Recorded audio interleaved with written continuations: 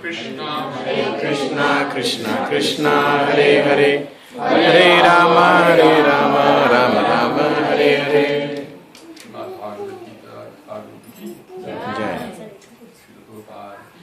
Jai Jai Jai Jai.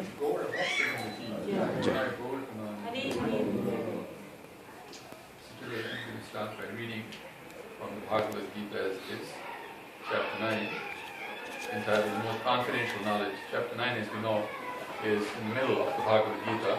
The Bhagavad Gita is divided into three parts. The first 6 chapters, 1 to 6. The second 6 chapters, from 7 through 12. And the third 6 chapters, from 13 through 18. The first 6 chapters and the last 6 chapters are like the bookends, or the bodyguards of the middle 6 chapters. The middle 6 chapters are the most important chapters of the Bhagavad Gita, where the most confidential knowledge and other very important information instruction was given by Lord Krishna to Arjuna. As we know, in this battlefield of Kurukshetra, Arjuna was faced with a very big problem. This problem was that there were many millions of people lined up on both sides of the battlefield. And so many people's lives were at stake. For example, we saw recently in the bombing that happened in Boston, 3 people lost their lives and many people became hurt. So we can see how much it has affected the psyche of the United States of America, with 3 people dying and many people being hurt. What to speak of millions of people dying? You can imagine how big a problem that is. You know, that problem is so big, it is still being spoken about today, 5,000 years later. That's how big that problem is. So Arjuna was faced with this huge problem, and Krishna is instructing Arjuna how to solve the problem in the Bhagavad Gita. And so here is one of the verses. In the middle, right in the middle is the 9th chapter and the 10th chapter. And in the 9th chapter, Krishna is advising Arjuna in the most confidential knowledge, Satatam kirtayantamam yatantascha viridda vrata namasyantascha mam bhaktya nityayukta upasate. Translation: always chanting my glories, endeavoring with great determination, bowing down before me, these great souls perpetually worship me with devotion. Report by His Divine Grace, Srila Prabhupada. Srila Prabhupada says, the Mahatma cannot be manufactured by rubber stamping an ordinary man. His symptoms are described here. A Mahatma is always engaged in chanting the glories of the Supreme Lord, Sri Krishna. He has no other business.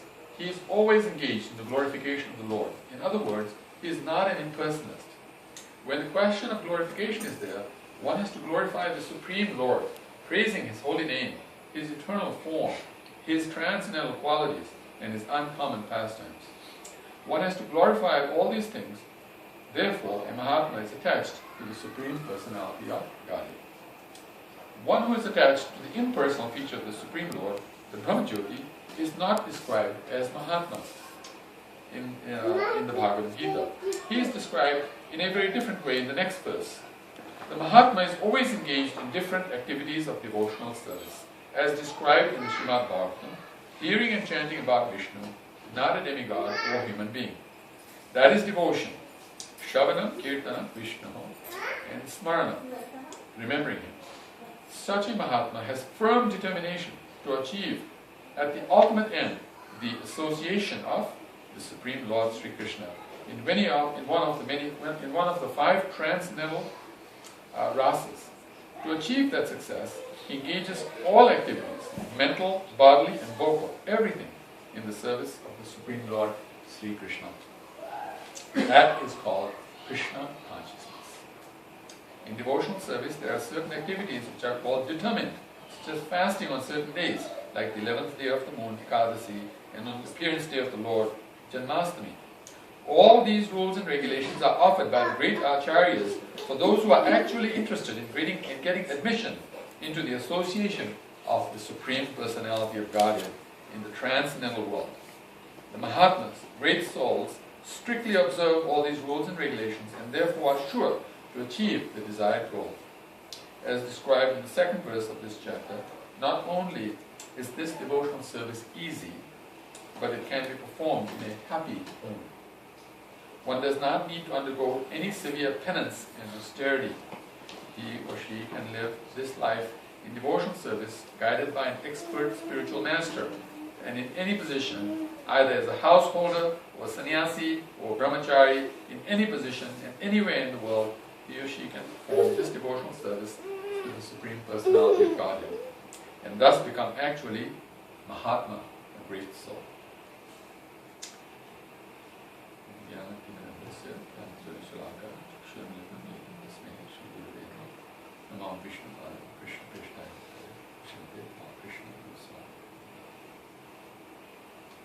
So, this is the purpose of life being described in this verse. The purpose of life is, well, let me summarize the Bhagavad Gita in one sentence. All the 700 verses of the Bhagavad Gita can be summarized in one sentence. And that sentence is that the purpose of life is to engage in the loving devotional service of Sri Krishna joyfully, tolerating all kinds of impediments. So this sentence is a very powerful sentence, as you can see. It is an extremely powerful sentence.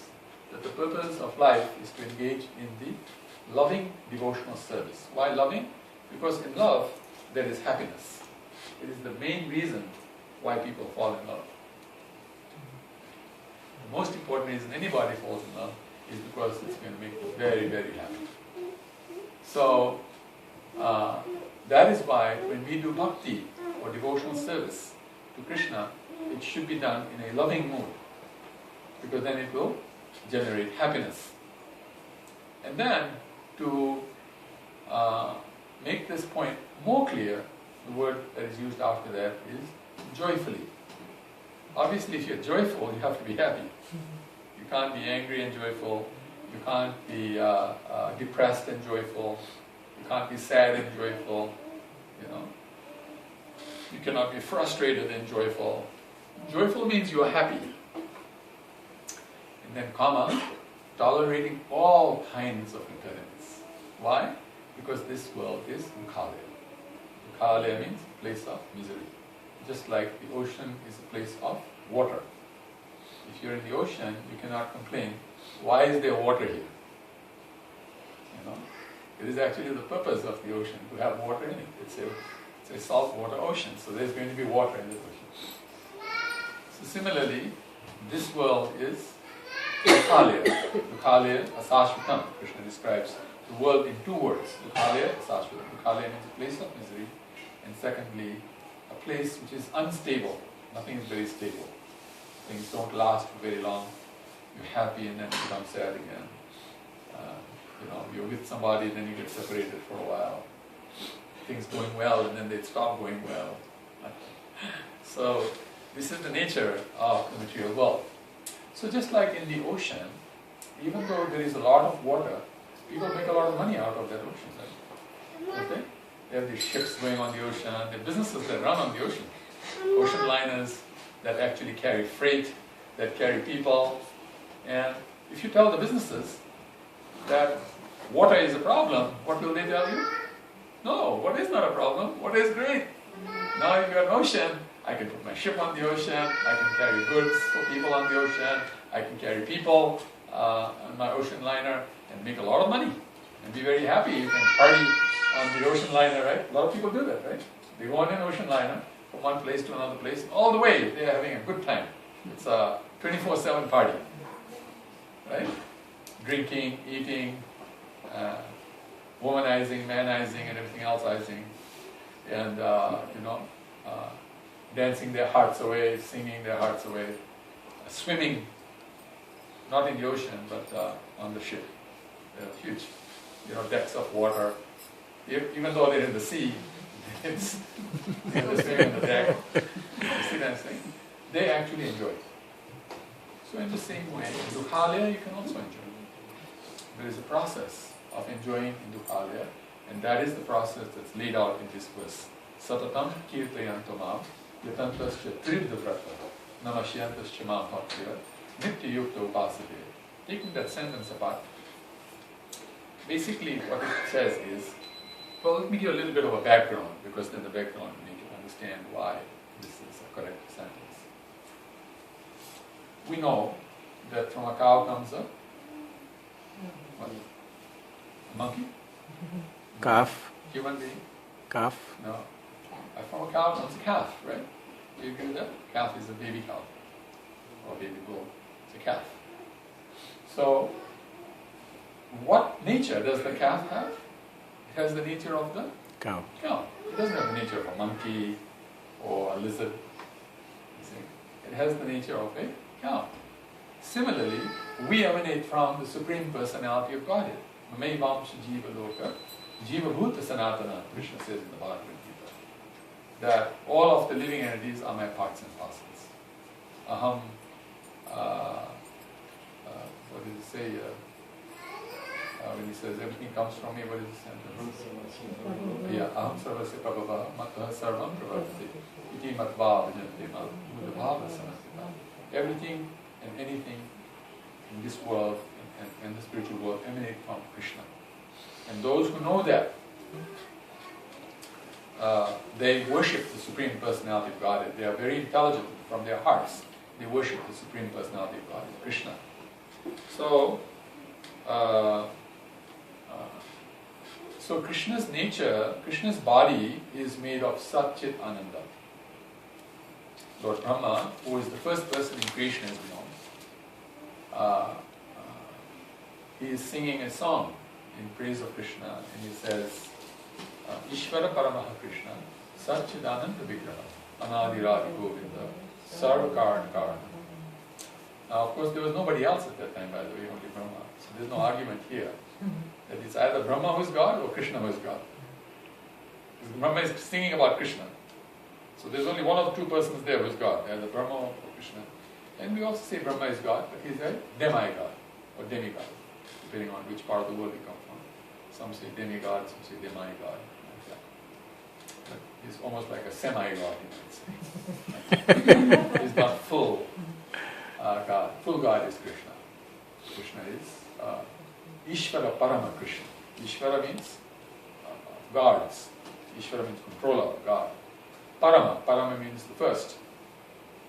And things Parama means the first and the greatest. Ishvara Parama Krishna. Sat Chit Ananda Vigraha. He is made of Sat Chit and Ananda. His body is made of Sat Chit and Ananda. Sat means that it is eternal, Chit means it's full of knowledge, and Ananda means that it is full of bliss. So, we come from that person, so we're also Satchidananda. This is why Ananda is the purpose of life. Being happy is the purpose of life, and giving happiness to others is the purpose of life. Now, you will notice that whatever anybody does, they do it because they think it will make them happy. You are sitting here right now because you think it's going to make you happy. Alright? Otherwise, if you didn't think you were going to make you happy, you would be doing something else that you think will make you happy. Now we know that in Phoenix, or let's say this greater Phoenix area, which includes all these other places, Chandler and whatever other places, Mesa, you know all the places here. How many people live in this greater Phoenix area? What is the population? 4 or 5 million. 4 or 5 million? Okay. So, obviously all those 4 or 5 million people are doing different things today, right? I'm sure right now somebody is eating something, somebody is drinking something, somebody is dancing somewhere, somebody is singing somewhere, someone is arguing with somebody, somebody is embracing somebody, somebody is driving in a car, right? Somebody is, there's so many things that are happening, right? Why are they doing those things? They think it's going to be. Even the one who's arguing is arguing because he or she thinks that I will win this argument and I will become happy. You see? So the purpose of life is ultimately to be happy. But the idea is you want eternal happiness, not short-term happiness. Short-term happiness and eternal happiness are likened to monopoly money and the real US money. Imagine you go to work and the boss offered you that I will pay you $20,000 a month for your work. I think it will make you pretty happy, right? Okay, if I can work for 8 hours a day, 5 days a week, and I can pick up $20,000 at the end of the month, I think that's a pretty good job. Now, I think you'll be pretty disappointed if the $20,000 turned out to be monopoly money? Wouldn't you? Wouldn't that be disappointing? I think it'd be terribly disappointing. At the end of the month, if my boss gave me a, cash, said, look, I'll give you cash, so you don't have to pay so much tax either. You have to declare everything. So, yes, $20,000 that counts you monopoly money, obviously you're not going to be very happy at all. You want the real money, don't we? So in the same way, we want real happiness, not this transitory happiness, because what transitory happiness does is that it goes away. So what is the use of that? Just like monopoly money is good fun while you're playing the game, right? It's no fun after the game. When the game of monopoly is over, that money is worth Nothing. nothing. So in our life, when happiness is transitory, then it's worth nothing at the end of life. You want eternal happiness, because it will translate to your next life, and the next life, and actually at one time into an eternal life. Knowledge and happiness. Prabhupada describes it in a sentence. He says, a complete life of knowledge and happiness. That is what we want. You see what I'm saying? So how does that happen? How do we get that? So Krishna here is answering, because he knows. He's the origin. The cow knows everything about the calf. The mother knows everything about the child. Right? Mother gives birth to a baby. Anybody have a young baby down here? No? Some of you have given birth, right? How many of you mothers? Right. Very good. So you know you've had children. So you know your children, right? Who knows the children the best? The mother. It's true. Mother knows the child the best. Of course, the father may say also know the best. But we have to tell him to sit in the corner. Wait. It's the mother who actually knows the child the best. Because she's incubated the child for 9 months, or thereabouts. Brought up the child with a lot of difficulty. And so knows the child thoroughly. So in the same way, Krishna knows us thoroughly. He's the origin. He is the origin. Mame mamsa jiva loka. Jiva bhuta sanata. It's my mamsa. Mamsa means my people. You're all, every living entity is my person, Krishna says, mine. Jiva bhuta sanatana. They're always, they're eternal. Sanatana means eternal. And they're eternally mine. Jiva bhuta means my parts and parcels. Just like the calf is part and parcel of the cow. That's why the calf acts like the cow. It doesn't start acting like the donkey, or the monkey, or the cockroach, or the lizard, or the snake. So in the same way, we're actually coming from Krishna, and so Krishna knows what we need to do. So he says, Satatam kirtayantamam. Please always chant my glories. And in our sampradaya, the Gaudiya Vaishnava, the Madhava, the Brahma Madhava Gaudiya Vaishnava Sampradaya, the process that is given is of chanting the holy names of Krishna. Hare Krishna, Hare Krishna, Krishna Krishna, Hare Hare, Hare Rama, Hare Rama, Hare Hare Rama, Rama, Rama, Hare Hare. And we do kirtan, Satatam kirtayantama of Krishna. We do Krishna kirtan. Kirtan means loud chanting. Japa means soft chanting. Like that. Sankirtan means when people get together and chant the glories of Krishna. That is called Sankirtan. Like that. Satatam kirtayantamam yatantascha driddha vrata, Krishna says. One must do this with great determination. Driddha vrata means, vrata we know, people take vratas, right? Like say for example, somebody says, I will not eat on Saturday. I will fast on Saturday. So they call it Shani vrata. Some do Mangala vrata, some do Buddha vrata, some do Guru vrata, Shom vrata, like that. So different days they do vratas, right? Yeah. So this is but to be done with great determination. This vrata should be taken with great determination, which is why in Hare Krishna we advise people chant 16 rounds a day. It's a vrata. 16 rounds I would chant. That's my vrata. And that's a daily vrata. That's more powerful than once a week or twice a week. It's every day. You see what I'm saying? And it's done with great determination. Namasyantas chamam bhaktya, he says, means that my devotee always paying obeisances to me. How do you do that? Do you just lie on the ground all day long and don't get up? So that is, you're always chanting obeisances to the Lord. No, there is a way to do it. Nitya yukta upasate, it says. When you do that, then you are always linked with me. Why is this important to always link with Krishna? It is important to be linked with Krishna because Krishna is actually the doer. We are the instrument. Just like, for example, say for example, there is a surgeon, right? A brain surgeon. He's going to be doing some, or she is going to do some brain surgery on a person to heal a person who has got some brain issue. Something went wrong with the brain, and the brain surgeon has to do the brain surgery. So what does the brain surgeon use to do the brain surgery? He uses like a sharp knife called a scalpel, right? Any of you doctors here, by the way? Okay. It's called a scalpel. It's a very sharp knife. So that sharp knife is actually an instrument. So we are instruments in the hands of Krishna. Then we are perfect. If the instrument thinks, I don't need the hand of the doctor, I don't need the hand of the surgeon, and I'm just going to drop on the head of somebody, and I'm going to go inside there and fix it, what's going to happen? That person's going to die, right? Right? Now, do you notice something in this world that people are constantly dying? Do you notice people are constantly dying? That's the instrument out of control. We don't want to continually die like this. We want a life of eternality. This should be our last death. That's what Prabhupada said. Make this your last death, your last mistake. No more dying. This is our process. You know, they talk about art of living, we talk about art of dying. Because you're going to die at the art of living, and then you're going to go back to another art of living, and then die again, and another art of living, and die again, and go another art of living, and you're going to keep going through art of living, but you're not really living because you're going to die. Right? Everybody is getting closer to death. Every day, every minute, you're getting closer to death. What are you doing? You're dying, you're not living. Living means you're getting closer to life. Living means that you're getting closer to eternal life. That would be living. So, here Krishna gives the process that one must always chant the glories of Krishna. So, again, why do we do that? We do that because Krishna is the doer and Krishna can do. So I'm going to tell you a bit of a story. And that will give you an idea. At the time of Mahabharata, Bhima at one time met another lady. Her name was Hidambi.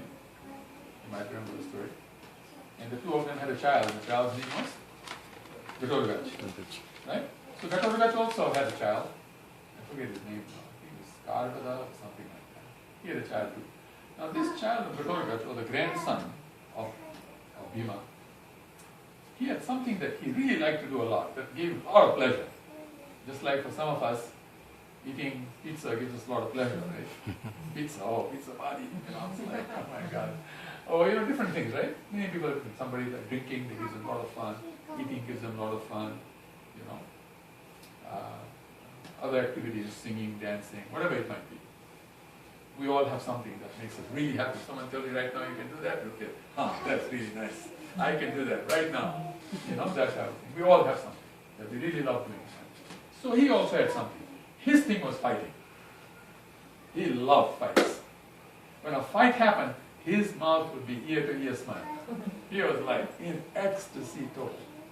So okay, this fight is going on between the Pandavas and the Kauravas. And he goes to his father, Ghatorgach, and he says, Dad, I'm not happy. Dad said, why? This is a war. You love fighting. What's wrong? He says, the Pandavas are winning. He said, well, I hope the Pandavas are winning, that we want to win. He said, no, but that's not good. He said, why? He said, because the war will be over. The ecstasy will be over. I don't want the war to be over. I want the war to continue. So his father says, Beta, it is important for the war to be over and dharma to be re-established. This is a war between dharma and adharma. So we're trying to re-establish dharma. So I don't care what you're trying to do, but my ecstasy will be over if this war is over. So what do you plan to do? He says, my idea is, I'm going to go and fight on the side of the Kauravas. And I'm going to make this into equal. Balance it again. So now the war will go on longer. So he said, what are you talking about? On the other side is Krishna's army. Actually, the war is favoring that side. The reason we are winning on this side, you have to understand what is happening. It is dharma. And therefore we are look like we're winning. But things can go wrong anytime. So please, don't think like that. So no, I am very sure If this thing continues, the Pandavas are going to win, the war is going to be over. So he said, I am going to go on the other side and fight. So please give me your blessings. You are my father, please bless me and go on the other side and fight. Because I know without the blessing of the others, nothing happens. Father said, I'm not going to bless you. Why would I bless you to do the wrong thing? So he says, so what am I supposed to do now?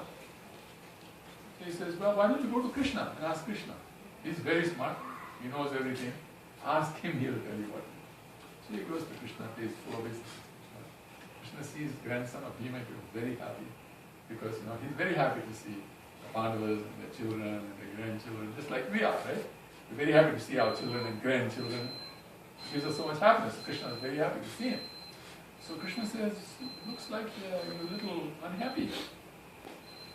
What is the problem? And he said, the Pandavas are winning. So he said, what's wrong with that? That's very good. I want the Pandavas to win. He said, yeah, but the war is going to be over. So, that's not good. He said, why? He said, then where's my enjoyment? I like fighting. I want to see this war last. Krishna says, don't worry, it'll last quite a bit of time. You'll have a good fun. Don't worry, plenty of time to have fun. He said, no. I don't want it to finish. He said, so what do you expect from doing? What do you want to do? He said, I'm going to go on the other side and fight for the other side. He says, look, that's a very bad idea. Let me tell you right now, it's an extremely bad idea. Please don't do that. Please stay on the side and fight. Okay? He says, no. So he argues with Krishna. So Krishna says, look, I have told you what I want to say. I also told your grandfather, because Arjuna is also like his grandfather. Because grandfather's brother is also grandfather, right? So I told your grandfather all these instructions and I told him it's up to you now. You do what you like to do. And at least he decided to do what I told him to do. So now I'm also telling you, I've told you what to do. It is up to you. You do whatever you like. See? So he said, I want to go the other side. Please bless me. Krishna says, that blessing I cannot give.